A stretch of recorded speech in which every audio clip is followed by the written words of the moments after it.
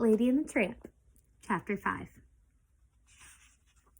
Lady was confused. Her house was full of people, but none of them were paying attention to her. Pink and blue balloons floated above the dining room table, which was covered in food, cupcakes, little sandwiches, and fruit.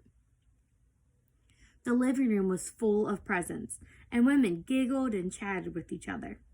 At the top of the stairs, Lady stood and watched, leash in her mouth. She had been waiting forever for Jim Deer to take her on their morning walk. Every time he passed by, Lady wagged her tail excitedly and jingled the leash, but he didn't notice. He kept tugging nervously at his suit. His face was pale. So why didn't he take her for a walk? Lady wondered. It would make them both feel better. Lady ran down the stairs and headed toward the living room. Maybe Darling would take her out. But when she walked into the living room, she saw that Darling, whose belly had grown quite large, was sitting on the couch surrounded by women.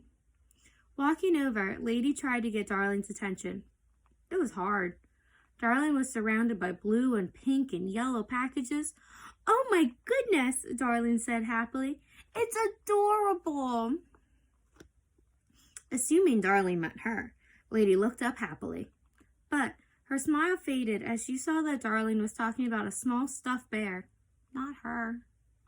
She gingerly stepped between the presents, trying to get closer. She had almost made it to Darling's side when she heard a commotion at the door. A moment later, Aunt Sarah waltzed in. Lady had met Aunt Sarah only once, but she didn't like her. The woman smelled like cat, and she spoke fast and loudly. From the look on Darling's face, she could tell her human wasn't thrilled to see Aunt Sarah either. "Aunt Sarah," Darling said, "you made it." Aunt Sarah pushed her way through the other women to get to Darling. She leaned down and gave Darling a kiss on each cheek before plopping herself onto the couch. Another woman who had been sitting there was forced to move. "Of course," Aunt Sarah said. She paused, looking around the room. "Your house is very modern. Don't worry, it takes time to develop an eye for these things." Lady didn't like the tone of Aunt Sarah's voice. She sounded unimpressed. Lady loved her house and knew Darling did too. Before Darling could respond, Aunt Sarah shoved a present at her. "This is for you." Darling carefully unwrapped the present. She lifted the object out of the wrapping. Lady cocked her head. It was a big vase. "Oh, wow," Darling said. "It's an original," Aunt Sarah finished, looking incredibly pleased with herself. "It'll do wonders for this room, and I knew Jim couldn't afford one with the salary of a musician," Darling finished. On the floor, Lady tensed. Darling seemed upset. Wanting to comfort her, Lady moved closer and then hopped onto the couch. The movement nearly knocked the vase out of Darling's hands. "Careful! This is priceless!" Aunt Sarah snapped as Lady tried to make herself comfortable. "That dog needs to be trained." Expecting Darling to come to her defense, Lady was very well trained. She was surprised when Darling picked her up and put her back on the floor. "Not now, Lady," she said. Lady walked away, embarrassed. First, Jim wouldn't give her a walk. Now Darling acted like she wanted nothing to do with her. What was she going to do?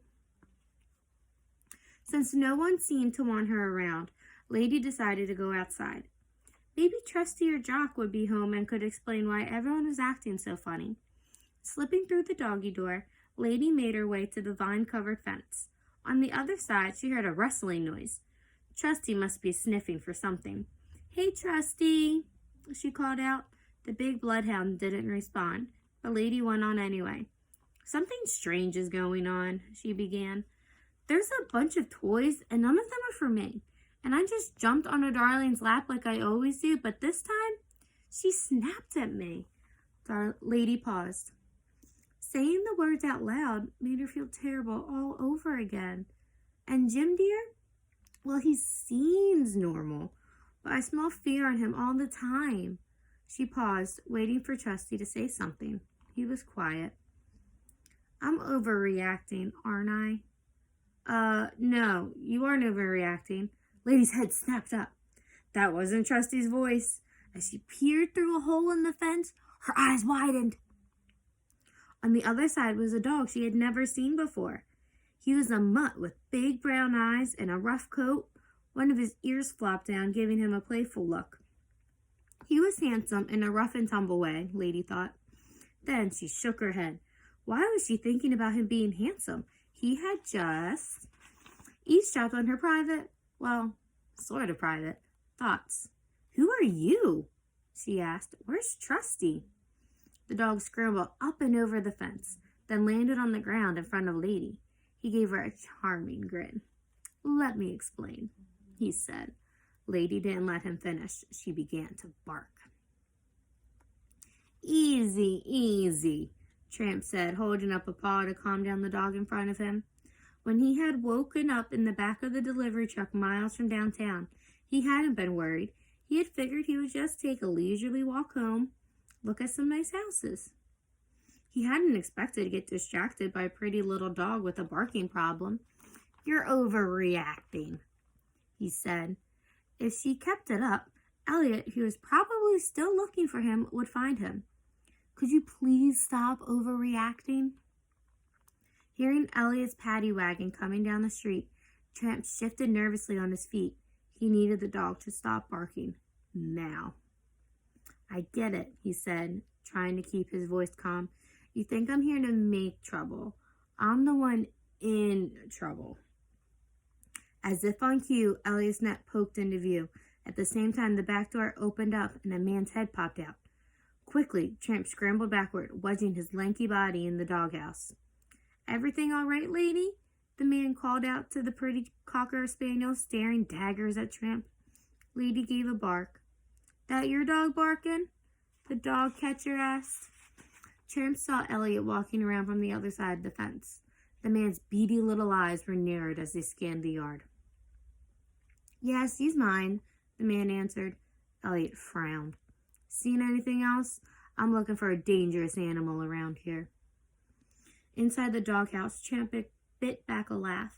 The man on the porch seemed to find this statement funny, too. He made a face. Like a bear? He asked, clearly teasing the dog catcher. Elliot missed the sarcasm. Worse, he said very seriously. A stray dog. The man walked down the steps of the porch and over to Lady. You barking at a stray, lady?